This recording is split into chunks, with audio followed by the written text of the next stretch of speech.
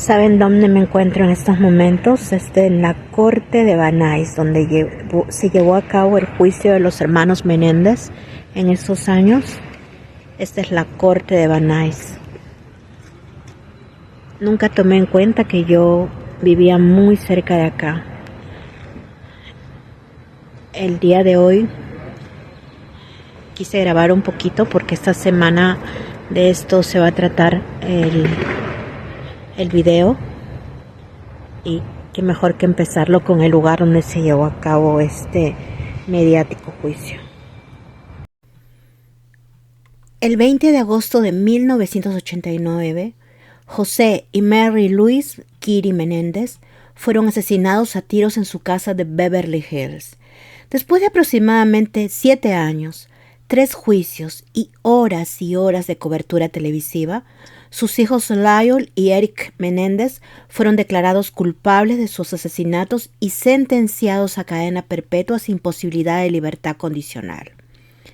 Sin lugar a dudas, los asesinatos de los esposos Menéndez se convirtieron en uno de los casos criminales más famosos de finales del siglo XX, en virtud a su enorme combinación de drama familiar, nexos con el mundo hollywoodense, testimonios dramáticos y la capacidad de la televisión por cable para cubrir interminables horas de cobertura. En tanto que se desarrollaban los procedimientos judiciales, no había duda de que Lyle y Eric habían matado a sus padres. El por qué lo hicieron es hasta el día de hoy otra historia. Acompáñame a descubrir a través de estos 2 capítulos cómo se desarrolla este caso. La familia Menéndez parecía ser un modelo perfecto de familia nuclear estadounidense, al menos según los patrones de la década de los 80. José, el patriarca de la familia, nació en Cuba y emigró a los Estados Unidos cuando era apenas un adolescente durante la Revolución Cubana. Vivió en el ático de la casa de un primo hasta que obtuvo una beca universitaria de natación. En la universidad conoció a Mary Louise Anderson, una reina de un concurso de belleza a quien todos llamaban Kitty y quien era 2 años mayor que él. La familia de Kitty vivía en un suburbio al sur de Chicago. Durante su primera infancia, la familia de la joven era sólidamente de clase media. Su padre era dueño de un negocio de calefacción y aire acondicionado en donde le iba muy bien, y su madre se quedaba en casa para cuidar a Kitty y a sus 3 hermanos. Aunque la familia Anderson parecía cariñosa y unida, el padre de Kitty golpeaba a su madre, a veces frente a sus hijos. Además, Charles Anderson también golpeó a sus hijos en muchas oportunidades. Antes de que Kitty ingresara a la escuela primaria, su padre dejó a su madre por otra mujer. Para mantener a su familia, la madre de Kitty trabajaba en un aeropuerto en las afueras de Chicago. Los padres de Kitty finalmente se divorciaron y esta fue la causa de las cicatrices emocionales que ella tenía. A lo largo de su infancia, Kitty se mostró retraída y deprimida. Tenía dificultad para formar amistades y no tenía muchos amigos en la escuela primaria o secundaria. El padre de Kitty se volvió a casar y siguió viviendo en el mismo lugar que vivía su esposa. Su madre nunca se volvió a casar y se amargó y deprimió por el divorcio. Kitty creció convencida de que el divorcio era lo peor que le podía pasar en la vida a una mujer. Ella odiaba a su padre y no tuvo ningún contacto con él durante muchos años. Cuando se veía a José y Kitty juntos en el campus del sur de Illinois, la gente se detenía y miraba. Después de todo, era a principios de la década de los 60, vivían en un pueblo pequeño y conservador del sur de Illinois y las personas de diferentes orígenes étnicos no se mezclaban. Kitty era 3 años mayor que José. Sus edades y diferencia de antecedentes no parecían importarles a los jóvenes. Estaban decididos a pasar su vida juntos. La relación de José y Kitty causó problemas a las familias de ambos. La familia de Kitty se sorprendió de que ella eligiera a un adolescente cubano como su futuro esposo. La familia de José pensó que Kitty estaba por debajo de su posición social porque sus padres estaban divorciados. Los padres de José también pensaron que a los 19 años José era demasiado joven para casarse. Alrededor de la época en que Kiri se graduó con una licenciatura en Ciencias de la Comunicación, José y Kiri se fugaron y se casaron en secreto en 1963. Kiri y José se casaron a principios de la década de los 60 y se fueron a vivir a la ciudad de Nueva York, en donde José obtuvo un título en contabilidad del Queens College. Luego pasó de lavar platos a trabajar como un joven y exitoso ejecutivo del entretenimiento. Poco tiempo después lideró las operaciones estadounidenses de la empresa de alquiler de automóviles Hearst. José pasó los primeros años de la década de los 80 como director de RCA Records y participó en la contratación de bandas como Duran Duran, The Eurythmics y Menudo. Lyle y Eric crecieron en Princeton, Nueva Jersey. Los niños asistían a la escuela diurna de Princeton y eran académicamente alumnos promedio. Eric, el más pequeño, adoraba a su hermano. Según declaraciones de los propios maestros de la escuela, ambos niños eran inmaduros para su edad y tenían problemas de aprendizaje. Pero su padre se negó a aceptar ese problema. José era extremadamente controlador con su familia y casi imposible de complacer. Sus reglas estrictas cubrían todos los aspectos de la vida de la familia, incluido lo que podían comer, con quién podían asociarse y qué podían leer. Además, tenían que ser responsables de sus acciones durante cada minuto de su día a día. José también decidió que los niños debían sobresalir en un deporte, y cuando Eric tenía 9 años y Lyle 12, ambos eligieron practicar el tenis, deporte en el que luego se volvieron extremadamente talentosos. La vida hogareña estresante debido al carácter de su padre trajo consecuencias negativas para los niños Menéndez, que comenzaron a rechinar los dientes, desarrollaron frecuentes dolores estomacales y comenzaron a tartamudear. Según los informes, a los 14 años Lyle todavía jugaba con animales de peluche y mojaba la cama. Los amigos escribieron a los hermanos como bastante diferentes. Ellos afirmaban que Lyle era un poco apartado, que tenía problemas para distinguir entre la ficción y la realidad, pero que tenía una personalidad fuerte y un ingenio notable. Eric, por su parte, era aparentemente sensible, callado y mayormente reservado. Con la finalidad de que José pudiera trabajar en la industria del cine, la familia entera se mudó de Princeton, Nueva Jersey, a Los Ángeles, solo unos años antes de los asesinatos. La hermosa casa donde se mudaron los Menéndez estaba ubicada en una de las zonas más exclusivas de Beverly Hills y tuvo como dueños a Michael Jackson y a Elton John años atrás.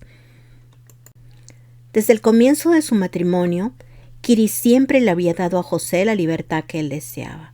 Por mucho que él le prometió que su matrimonio sería una sociedad, en realidad José tomaba decisiones por ambos, a menudo sin consultar a su esposa. Durante su vida, José tuvo varias amantes. La relación más duradera de José comenzó en 1978 con una mujer llamada Lois, una empresaria de cabello oscuro muy segura de sí misma. Lois y José viajaban juntos como pareja y se quedaban en la casa de ella en Manhattan. Aunque José se preocupaba mucho por ella, nunca pensó en dejar a Kiri, pero tampoco consideró terminar su relación con Lois, ya que ella alimentaba su ego. Durante algún tiempo, Kiri no se dio cuenta de las infidelidades de José, ya que él pudo calmar a Kiri con afirmaciones falsas pero convincentes de su fidelidad. En 1981, Kiri descubrió una de las relaciones de José y se fue de su casa durante varios días. Sin embargo, José logró convencerla de que volviera a casa, más por sus hijos que porque la amaba, según el cuñado de José. En 1986, Kiri confirmó de que su esposo tenía un amante. Al verse evidenciado, José no pudo negarlo. Este hecho envió a Kiri a una espiral depresiva y hasta habló de suicidarse. Durante su adolescencia, los hermanos Menéndez parecían ser los adolescentes modelo. Lyle era una estrella del tenis y al parecer se inclinaba a estudiar una carrera de negocios siguiendo los pasos de su padre. Eric resultó ser aún mejor en el tenis. ayudado por la intervención obsesiva de su padre, terminó como un jugador clasificado a nivel nacional en su categoría. En cierto modo, no tenían más remedio que tener éxito. José era conocido como un padre extremadamente exigente. Parecía que José era tan competitivo que hacía todo lo que estaba a su alcance para intentar que Eric fuera mejor, dijo su ex entrenador del equipo de natación a Los Angeles Times en 1990. Pero él era tan autoritario que tuvo el efecto contrario. Eric tenía mucho menos confianza en sí mismo porque todo lo que hacía nunca era lo suficientemente bueno para su padre. Después de mudarse a California, Eric se volvió un adolescente rebelde y participó en una serie de robos con allanamiento de morada en 1988.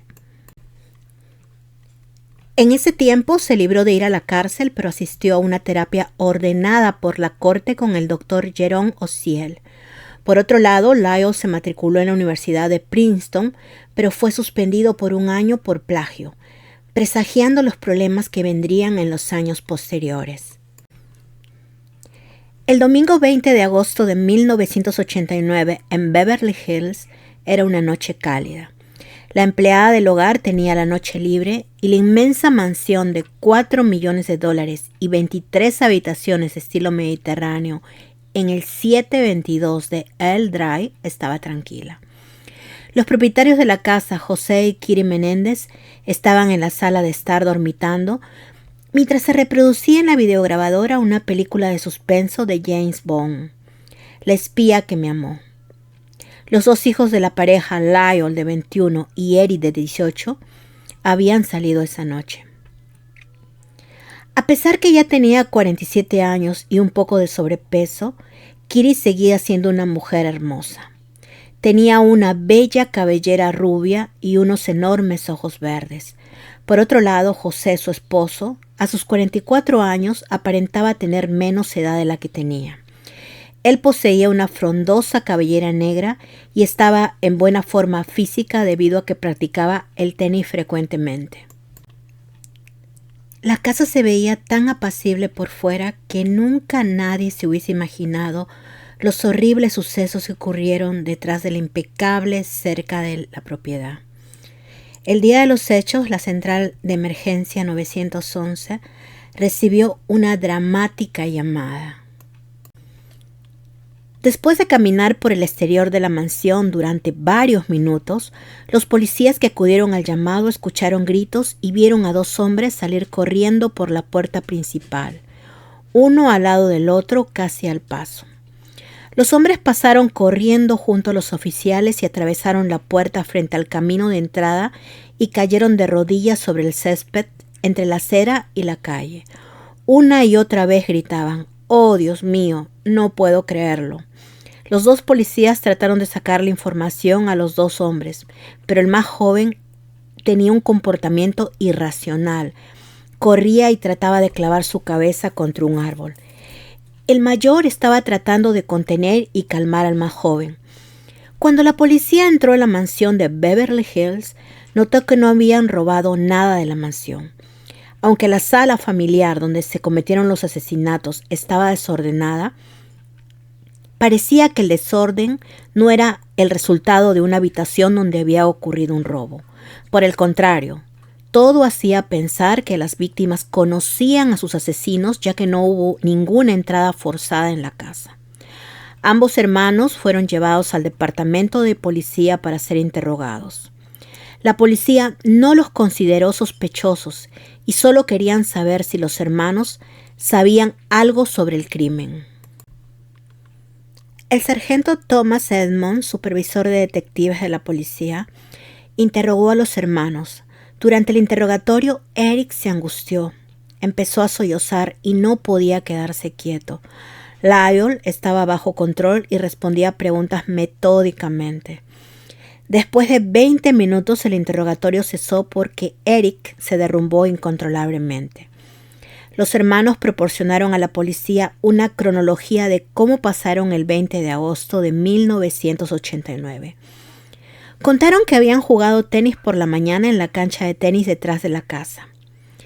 Vieron parte de un partido de tenis en la televisión y pasaron la tarde de compras en el Beverly Center, un centro comercial local. Alrededor de las 5 de la tarde hicieron planes para reunirse con un amigo en un festival gastronómico local en Santa Mónica. Los hermanos dijeron que salieron de casa alrededor de las 8 de la noche para ir a Westwood Village a ver Licencia para Matar, la nueva película de James Bond. Pero las filas eran demasiado largas, por lo que fueron al centro comercial Century City a ver Batman. Después de ver la película, los hermanos condujeron hasta Santa Mónica, pero se perdieron en el camino y no vieron a su amigo. Desde un teléfono público, los hermanos llamaron a su amigo y él y los hermanos hicieron planes para reunirse en el Cheesecake Factory en Beverly Hills. Después de llamar a su amigo, los hermanos condujeron a casa. Ellos le dijeron a la policía que cuando regresaron a casa notaron humo, especialmente en la sala familiar. Esto le pareció extraño a la policía, ya que no habían visto nada parecido cuando llegaron. Lyle le contó al oficial sobre el estado de nervios de su madre.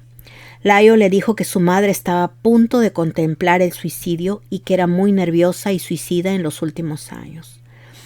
Lyle no explicó que Kitty tuvo problemas emocionales durante muchos años y que 2 años antes había tratado de suicidarse a través del uso de medicamentos recetados.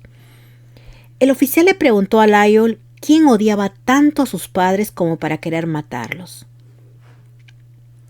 El oficial se sorprendió cuando Lyle respondió, tal vez la mafia.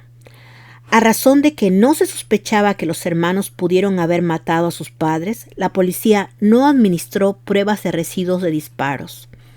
3 días después del asesinato de José y Kitty Menéndez, la oficina de forense del condado de Los Ángeles realizó las autopsias. Primero se llevó a cabo la autopsia de José.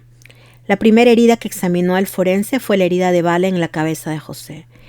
El profesional describió la herida como una laceración abierta, que medía 5 pulgadas por 4 pulgadas, lo suficientemente grande como para que un adulto atravesara la herida con el puño. El cerebro había sido pulverizado. También hubo una deformidad de la cara causada por múltiples fracturas de la cara y los maxilares.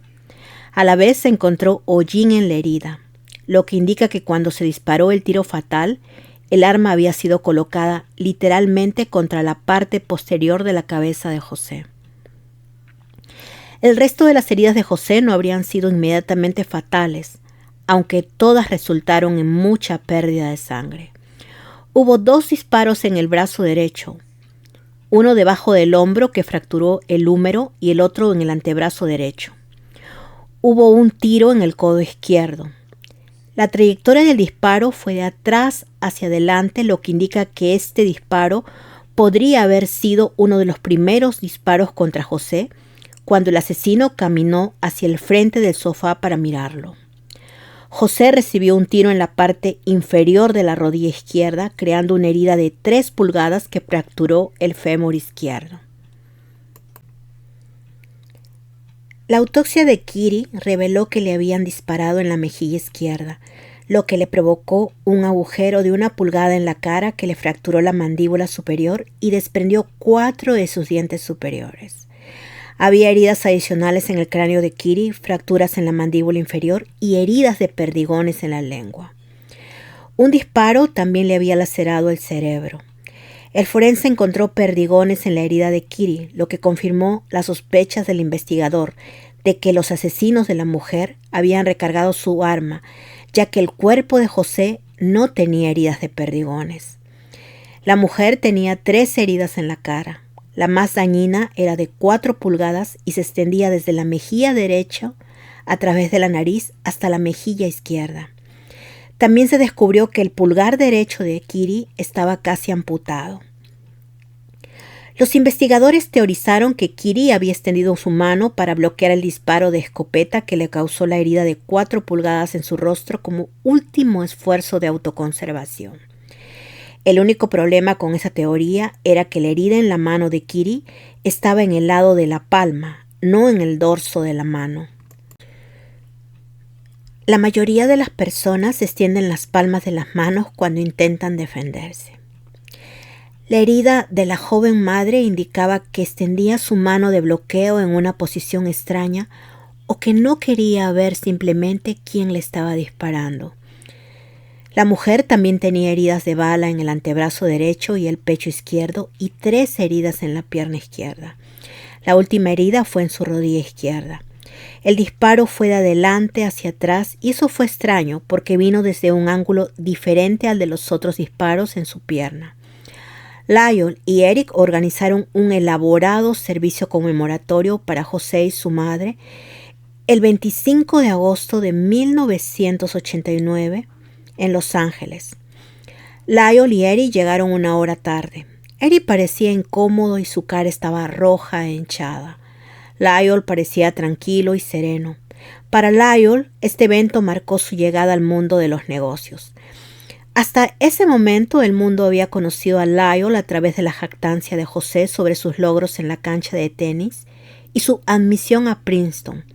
No obstante, Lyle quería demostrar que estaba listo para ocupar su lugar como jefe de la familia Menéndez. El 28 de agosto de 1989 se llevó a cabo un servicio religioso tradicional en la capilla de la Universidad de Princeton.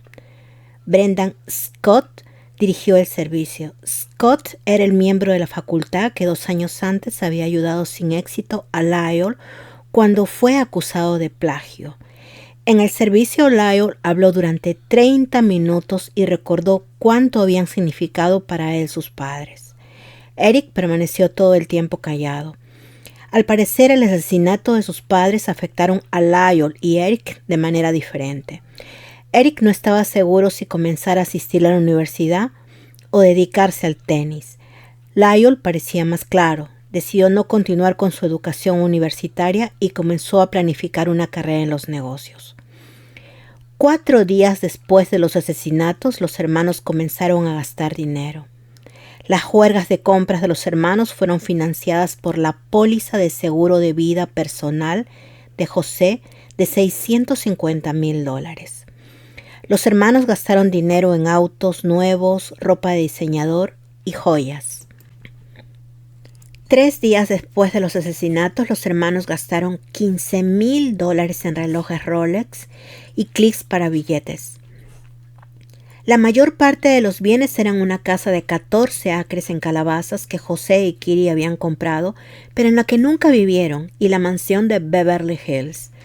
Cuando se dedujeron los préstamos de ambas propiedades, el valor de los bienes inmuebles de José era de $5,7 millones.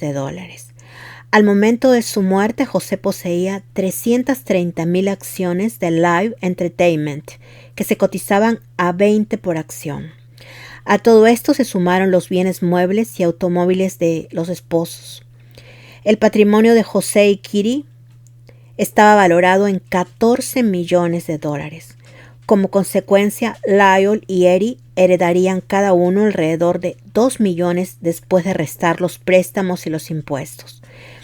Para la mayoría de personas, $2 millones no es una herencia pequeña, pero estuvo muy por debajo de las expectativas de Lyle y Eric. Un amigo de Eric dijo que los hermanos esperaban heredar $90 millones. Los hermanos estaban convencidos de que José había escondido 75 millones en una cuenta bancaria secreta en Suiza. Para colmo, la póliza de seguro de vida de 5 millones que el trabajo de su padre había comprado para José no era válida porque José no se había sometido al examen físico requerido por la compañía de seguros.